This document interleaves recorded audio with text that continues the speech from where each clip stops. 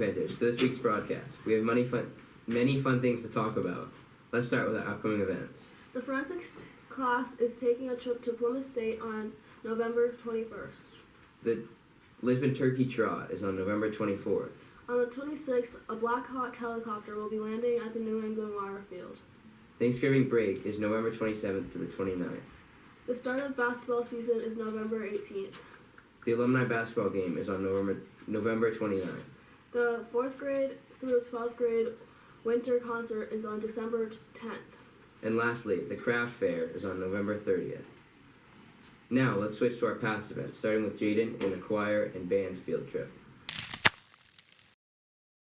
My name is Jaden Hazelton, and today we're going to talk about the musical side of Lisbon Regional School and about how the LRS band and chorus went to the Littleton Senior Center.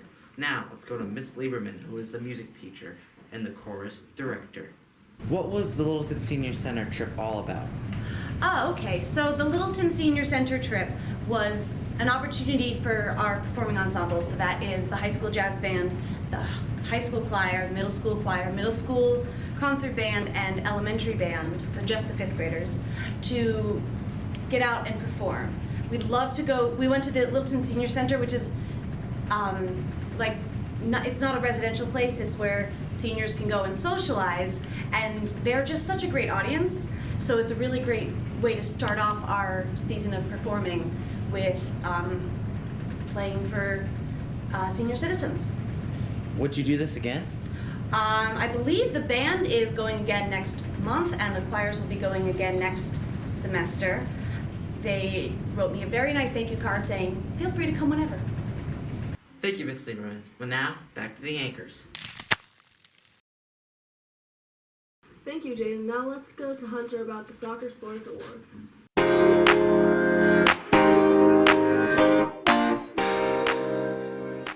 How do you feel about winning a plaque in your first year playing varsity soccer? It makes me feel pretty confident of what we have going in Lisbon sports, not only soccer but our other 2 sports.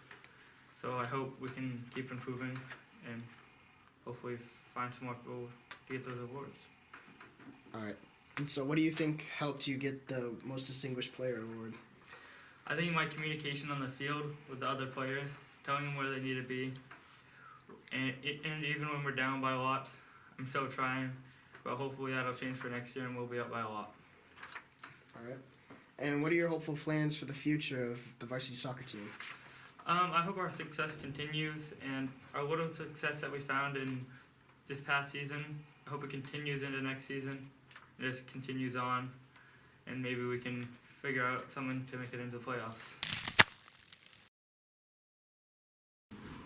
Now let's go to Asher, who has a story on Veterans Day breakfast. Thank you to the anchors. Today I'll be covering our past event, the Veterans Breakfast, which took place on November 8th from 8 to 9 a.m. How does this breakfast help the veterans in our community? I think we do the breakfast as a small gesture of thanks for the service of the veterans in the community. What they've done is obviously much bigger than the work that we do putting a breakfast together, but I think it's important to recognize what they've done, and I think it's important for the students to kind of put a face to what service looks like, because they can read about it, they can hear people talk about it, but to actually see the faces and get to hear directly from those people, I think it's an important experience for them as well. When did the Veterans Breakfast start being hosted at the school? This was the 2nd year that we did it. Last year was our first year. We had a little different program set up, and we're going to look at what went well this year. We got some things that we might change a little bit, but it's something that we look forward to doing every year. What happens during the breakfast? So this year, it was a chance for our students to invite in veterans to come and have breakfast with us and talk with those students. We had some veterans from the community come in and join us, and all of it was a chance to kind of talk, to visit. We told some stories. Family members got to see the school, and we said a few words. And then the 5th grade had some words that they shared with the veterans. So it was a fairly low-key breakfast because we want people to come and work it into their day. And we're going to look at some things to do next year that might be a little different, but we should try and keep it as simple as possible so people have a chance to come. Do you plan on doing this next year? Yep, we will be doing it next year. Thank you. Thank you to the fans who attended the breakfast. On November 21st at Applebee's, there was a Dining for a Cause event that raised money for the high school Washington, D.C. trip. On November 22nd, Daryl Cobb visited the elementary school to talk about his books. Leading to this, they read his books as well as did some fun activities. We will have a story on him in the next broadcast. Now let's swing over to our field trip to WCAX. On November 8th, our broadcast crew took a trip to the WCAX studio in Burlington, Vermont.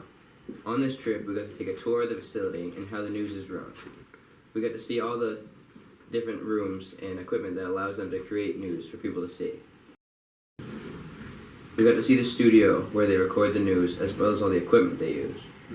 Then they showed us all the back rooms, like the weather room where they research the weather for the news. We got to see where they get and create ads for the show as well. We have a creative media department, which will, part of what they can sell is that they can go to Wendell's Furniture and, hey, would you like to do an ad with us? And we can produce it for you. We can make it, we can come in, shoot in your store. You can do a piece to camera, we can make you a 30-second ad. That could be part of the deal, and a lot of places locally do that with us. Yeah. So we can do that, but we also take in a lot of national content and a lot of just local there's a bunch of other places that will supply us ads. Right. And part of our job, one of my charges as the operations manager, is taking all those pieces in, making sure they're good, cued, sounds good, video's good, they're what they're supposed to be, and putting them into our system so they can air out.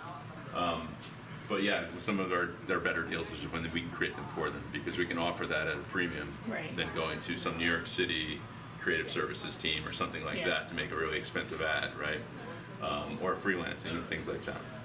So sales, traffic are the people that put together what's going to air all day, right? The ads from the sales, we have obligations to CBS that we have to fulfill. We have 15 TV stations here that we're actually airing. 4 of them we're inserting commercials into. Some of them are just pass-through stations, and I'll show you that when we get upstairs. So all that has to be logged, all that has to be tracked. You know, if you bought something from me, and it is something like a commercial that's going to air, how are you going to feel confident that what you paid for actually aired, right? You need a receipt, right? So that needs to be tracked, logged, brought in, so that all that information, that's what traffic does. And they decide what needs to air at what time, what is the best allocation of our time for sales, that we maximize our money that we can make with the media that we're using. So that's what's going on there. Then they showed us all the editing facilities where they make all the magic happen.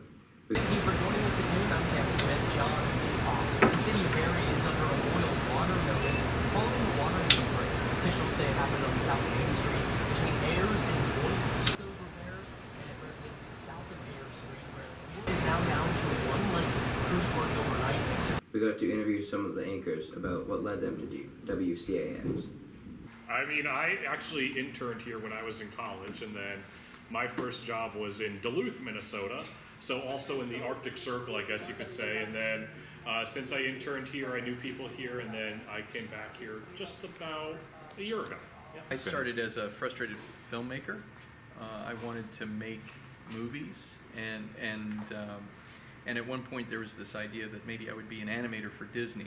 And then in college, it sort of hit me that I didn't necessarily have the patience to make a movie, which might take a year or 2 or 3 to come together fully at the highest quality level. And I felt like if I couldn't do Steven Spielberg or Christopher Nolan level work, why would I even do it?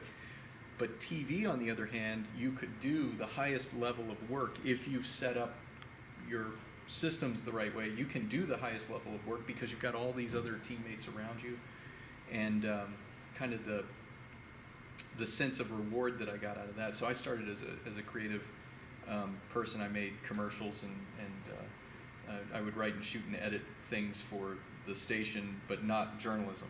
What type of schooling did you need to do this job? I did 4 years at Springfield College out in Western Massachusetts with a journalism degree. So I took a lot of different classes of journalism ethics and TV broadcast classes, video editing courses. I think the ethics one was really the biggest class that I had to take, and then we had some senior classes that were putting together your own reel and doing your own stories, and we had live broadcasts every week as well. What got you interested in broadcasting? I think for me versus like a newspaper or a radio, we're totally visual. So like everything that we do is visual storytelling. We have people on camera, and you could read in the article a pretty emotional line, but you don't actually feel that unless you see the person and you can actually hear what they're saying. And I think the video helps to tell the story too. So that idea of visual storytelling, being able to connect with people through that is really what moved me this way. What's your favorite part in working in broadcast and at WCAX? I think sort of what I said earlier is connecting with people, right? You're connecting with people at home. You're a familiar face for them day after day. And even when we do the small events like the Champlain Valley Fair, and even just going to the grocery store and somebody saying, "Oh my God, hey, you're Cam," it's nice to be able to have that connection with people that you've never met before, and to be a person and somebody that they can trust. I like it just because no day is ever the same. You're kind of doing something different every day, all day. You can really kind of make the job what you want. You're doing storytelling, which is kind of fun. So. Why did you choose WCAX? I think its position in the market and what we can offer people on a day-to-day. I mean, we've got so many reporters. There's a great team here. We put out a really good product day after day, and people turn to us. They want to see what's going on in their communities, and we're a source for that. And for me, it was getting close back to home, back in New England, and also I already kind of knew the area since I went to school in Vermont, and then I already interned here, so it was great to kind of come back to a familiar place.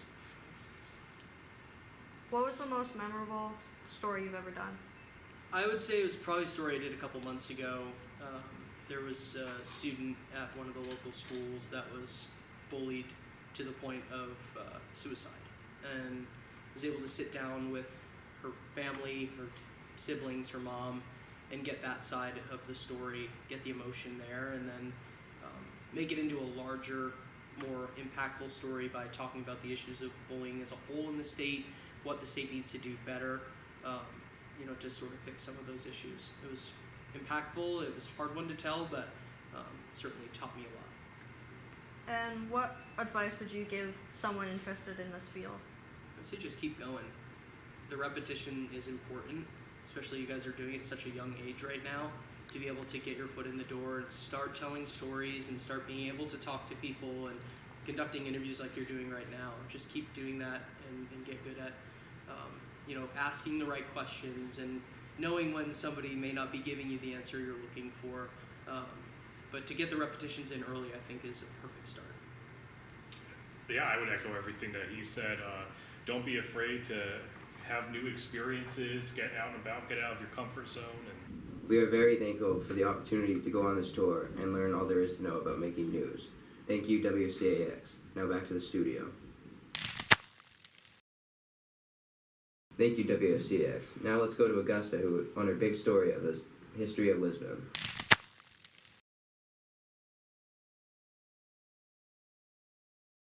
Thank you, co-anchors. I am Augusta, and for today's big story, I chose the History of Lisbon Regional School and the Historical Center. Well, the Historical Society's been in existence for 60 years, but we never had our own home. We were in different places, and this building was an original parish house to the church in front of us. And after the church got done using it for 40 years, it was the office for the shoe company next door. Then they outsourced, and they had a company in China, and they ran the company in China from here. And they employed quite a few people. And then they sold the company, and the man who owned the business said something to somebody else that we knew in town that he was thinking of selling it. So we contacted him, he showed us the building, we made an offer, and then we reached out to potential donors. We had a capital campaign. We needed to raise $250,000, which allowed us to buy the building and renovate the first floor to make it into a clean, nice, airy, spacious museum where it was all these different little office cubicles, and it had been used hard for 40 years. There was carpeting on the floor, and so we hired a local contractor, and we raised $253,000 of private donations. People just gave us money because they believed in what we were doing, and they believed the history of Lisbon, Lyman, and Landaff is worth preserving and promoting. Then we have a lower level that needed to be done, and we needed to pave the parking lot. We needed to make it handicap accessible and put lifts, one to come up in the porch and one to go downstairs. That money we received from a Community Development Finance Authority tax credit grant. What happens is you tell them how much money you need. We needed $322,500, and we applied for a grant. And it's a very competitive grant, and we were one of the ones. There were only 12 people chosen in the state, 12 nonprofits, and we were one of them. And we got that whole award, and then what we had to do was go to New Hampshire corporations that had a New Hampshire tax liability and ask them to donate money to us. We sell them tax credits. So let's say you wanted to give us $1. You would give us $1 out of your pocket, but you would get taxed credits for all of that but 95 cents. So a company could give us a lot of money and only really have to take out so much out of their account because they would get it back from the federal government. So that's how we raised all that money. 13 corporations, local corporations, donated enough. They bought enough tax credits, so we got all the money, $322,500, and that enabled us to do the lower level, which is just like this, and buy the materials and the equipment we needed, and pave the driveway, and put in lifts so we'd be handicap accessible. And every year we reach out to our members and our friends, doing an annual appeal, and we usually make a little over $25,000, and that helps us heat and pay our insurance and things like that. Lisbon, so Lisbon was the third name of our town. So first it was when it was granted by King George III, because Britain owned us, and it was in 1763. But nobody came because they were still nervous about the French and Indian War. And when the king gave his charters, he expected the settlers to do certain things, like cultivate so many acres and that type of thing. It didn't happen, so it got forfeited. So 5 years later, he granted another charter under the name of Gunthwaite. And then the settlers came. And then the ones that got the Concord charter got mad, and they all sued each other. And then, finally in 1824, they decided they needed to have a better name, so they voted to name it Lisbon, after Lisbon, Portugal, because there was a famous consul that was in Spain, and he exported merino sheep, which started the big sheep craze in New Hampshire and Vermont. So so it's been Lisbon ever since 1824. But first it was Concord, then it was Gunthwaite. So the very first school, believe it or not, was owned by Dartmouth College, because for a short time Dartmouth College owned the town of Landaff because their first charter was forfeited. So the king gave it to Dartmouth College. But Dartmouth College didn't build up here, it built in Hanover, an hour south of us. But they built a small school called the Phillips School, and that was actually the first school. There's nothing left of it. This was back in the 1700s. And then in our three towns, there were many one-room schoolhouses. because the rule was each little neighborhood had to have a school that was close enough for every child to walk to. So there were many, Landaff had the earliest school in 1802. So Lisbon held all these little one-room schools, and eventually, and they would go there from first grade to 8th grade, and then they would come to Lisbon High School. But the school on the hill is actually the 5th school in Lisbon, public school. There's a house on School Street. There's a big white house at the corner of Grafton Street and where you turn left to go to the swimming pool. Yeah. There's a big white house that used to be the Lisbon Academy, and that was first grade for kids that didn't go to one-room schools because this was a town. Yeah. But by 1890, it was becoming very crowded. So the town spent the money to flatten a pinnacle that was up where the school is now. There was a little pinnacle called Goodall Pinnacle. They flattened that, and they hired an architect from Maine to build our new school in 1891 for $30,000. Wow. And schools usually have a lifetime of about 50 years. Now that school was 3 stories tall, and it was wood, and it was made of what they call balloon construction. So if it was very unsafe, and if the children, the library at one time was upstairs on the 3rd story. If you'd ever been up there and there was a fire, they wouldn't have gotten out. So it was a very contentious plan. A lot of people didn't want the school torn down. It was going to cost money, and it was going to cost $3.9 million to build it, which is nothing now. It would be, I don't know how much more it would be now. And when you have a big amount of money like that, you have to get 2/3 of the majority voting for what's called a bond vote. And it took us 4 tries. The first 3 tries was devastating. My husband was on the school board. And finally it went through, and the new school was built. They took off the bell tower, and that's what's over on the annex across from the school. That's the original bell tower for the wooden 1891 school. And so the new school was built in 1992 and 3.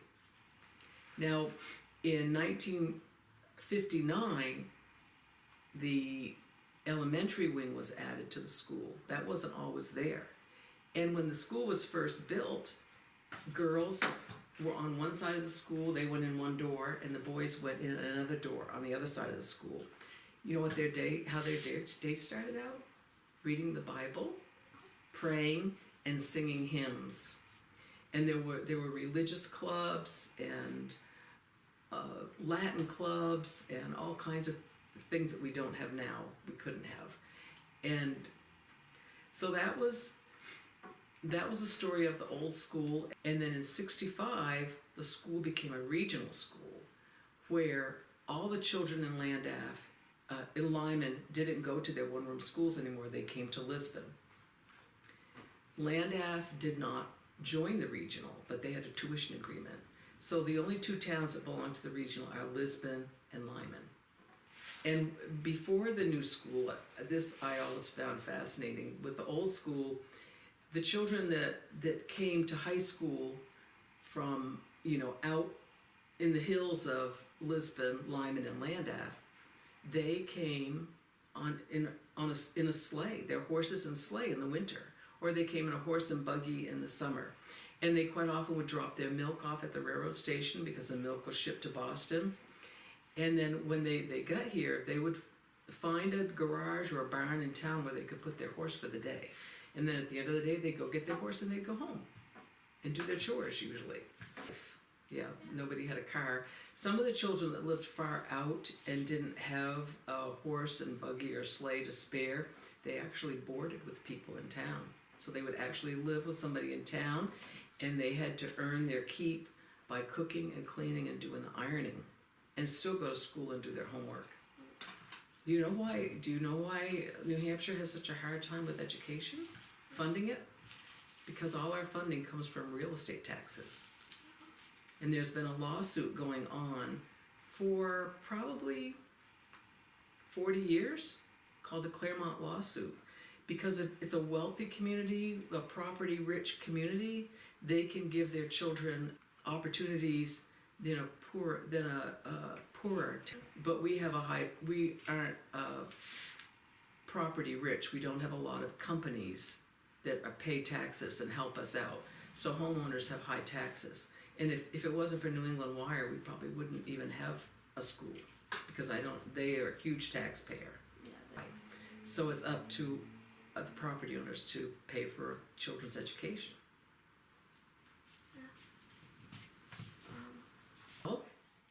So our museum serves Lisbon, Lyman, and Land Ave. And we have public programs. We have a wonderful collection of documents, photographs, artifacts. We call things like that hard things. The 3D things are artifacts, but also a letter is an artifact. It's just a document. And we have every category you could think of that we can show people. We have genealogy. I do research for people if they're reaching out. You know, the students at school, if they have a book report, you do a lot of sports. Well, you know, Lisbon had a football team in the 1920s. Yes, and the girls' early basketball, they wore dresses and they wore big bows in their hair. Well, soccer is a more recent sport, and basketball teams. But we also had a ski team, and they trained at the ski tow on Grafton Street. And we used to have field hockey. Thank you, Andrea. And now we swing over to Donna's. What's Lisbon like when you were in school? Okay, our school day started at 8:15 and we were here until 3:15, but we had an hour for lunch. We could go home if we lived close enough, or we could go downtown and get something to eat and come back, as long as we were back within the hour. Okay, when I was in elementary school, there was only one school here, the old school, and there was no gymnasium, there was no elementary wing. We were all in that one place. Lots of playground equipment was all around the school, both sides of the school. Cat's eyes were very few and far between. There were big swings on one side of the school, and they were different than the swings you have today. We used to be able to swing very, very high. Side there was teeter-totters, there was a roundabout thing where you ran and jumped on, and then there was another swing where you ran around and you'd hang off it, but it was dangerous. You'd fall and get hurt. So a lot of those playground equipment is not there today. When I reached high school, girls didn't have much for activities. The boys had track in the fall, basketball in the winter, and baseball in the spring. The girls only had basketball, and that was it. They had no other sports to play. We only had 16 credits to graduate from high school. The main reason why you have more credits today is you get credit for physical education, for band, for music. We didn't. Yeah. One thing about dress codes back then, the girls could not wear slacks or pants. They had to wear dresses or skirts. And they could, if it was too short, the principal would make you kneel on the floor, and your dress and skirt had to touch the floor. If it didn't, you were sent home. The boys could not wear jeans, or dungarees we called it back then. They had to wear what we call khakis, which were kind of a dress pant. What is the Alumni Association? The Alumni Association, every year we add the classes that graduated to the Alumni Association. And every 5 years, we have a gathering of the alumni. They usually come here to the school. They greet and meet their friends that they graduated with or other school members. We usually have a dinner, and in most recent years, we've had a dinner and a dance. And it's just a fun way to get back together again in the school. What responsibilities do you have on the Alumni Association? I started back in the early 90s. in 95 and 2000. And, well, anyways, I was chairman, chairman for, I want to say 3 or 4 alumni reunions. I tried to step back in 2015. I tried to step back, but I was pulled back in. In 2020, when the pandemic hit, we canceled the alumni reunion that year. But we did come back in 2022. At the same time, I tried to step back, which I did. We did have a new chairperson at that time, but I stayed on to help. Thank you. A lot of history in the town. Well, that's all for the big story. And back to you, anchors. Now let's go to Asher, who has a story on a special community service member. Thank you, anchors. Today I will be covering the Community Service Spotlight.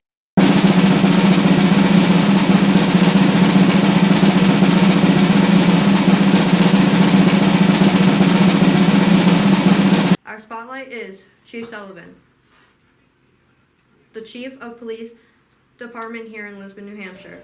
What kind of things have you done for the community? So currently I'm the Chief of Police in Lisbon. So through professional and personal things, I've done a lot of things professionally, to deter crime, to have better outreach with the community and such like that. And personally, I coach kids, pre-K, K through 2 and such, and everything in between there. How did you become the chief? So I've been in law enforcement for approximately 12 years. I did 8 years in Haverhill, PD, Woodsville area prior to coming here. I was a patrol officer, then I was a corporal there, a detective, and I left there to come here for Lisbon. In that time, I was the interim chief of police there for about 6 months while being a patrol officer here. Then I was promoted to sergeant, and then about a year ago, when the chief of police position opened up, I was promoted from sergeant to chief of police. How do you see the police department as important to Lisbon and Lisbon School? Yep. So it is very important in the sense of we have integral parts. When children are young, it's good to get positive experiences with the police, not just negative ones, because unfortunately most people see us in their worst day, not just good days. So we love to be here, we love to be out saying hi. I know Sergeant Dina Medico now comes here and does the game club and is trying to get that whole thing going. So just having those positive interactions here, just in case there are going to be times when you might get pulled over or have a bad day or anything like that, and we're here to help more than anything, and just really showing that to students, starting right from pre-K all the way up to seniors in high school and everything in between, and just having that good communication and the constant, and just having us around and being approachable, and not just the negatives is huge, and we've been striving to increase that, and I think we're doing a great job. What do you like to do outside of work? So I very much like sports, football, basketball, baseball, a little bit of hockey here and there. Love spending time with my family. I have 4 little ones myself with 2 dogs, my wife. My wife does a good job in getting us out and about in adventures, whether it's hiking, camping. We did a lot of camping this past year. So those are all things outside of this. I play on a men's baseball team during the summer.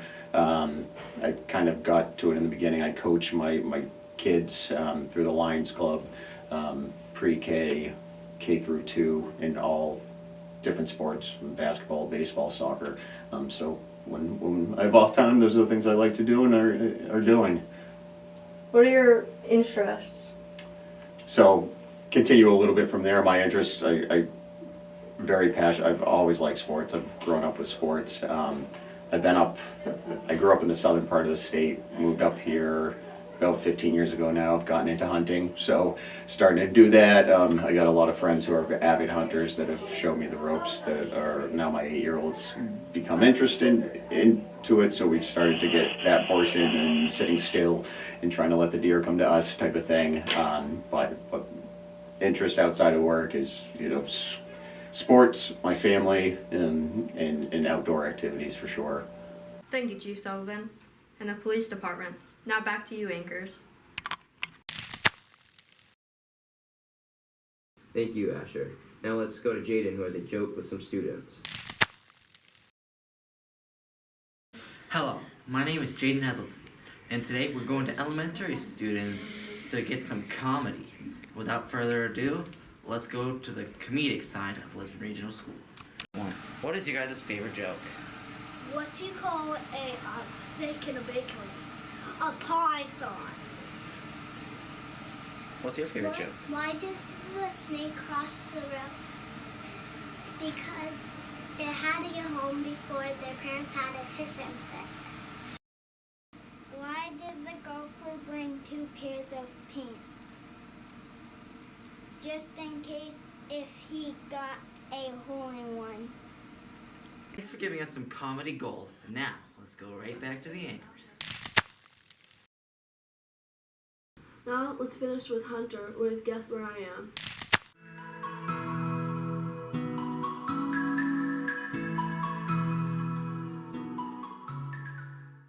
So I'm just gonna have you look at those pictures real quick, and then when you're ready, you can tell me where you think I am.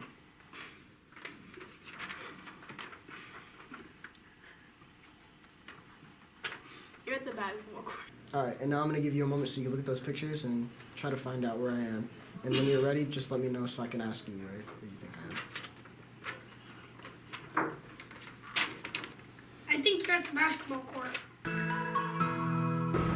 Well, guys, you guessed the basketball court, and you're correct. Now that's all for this week's episode. We hope you enjoyed the episode of LRS TV Studios. Thank you for watching, and have a great week.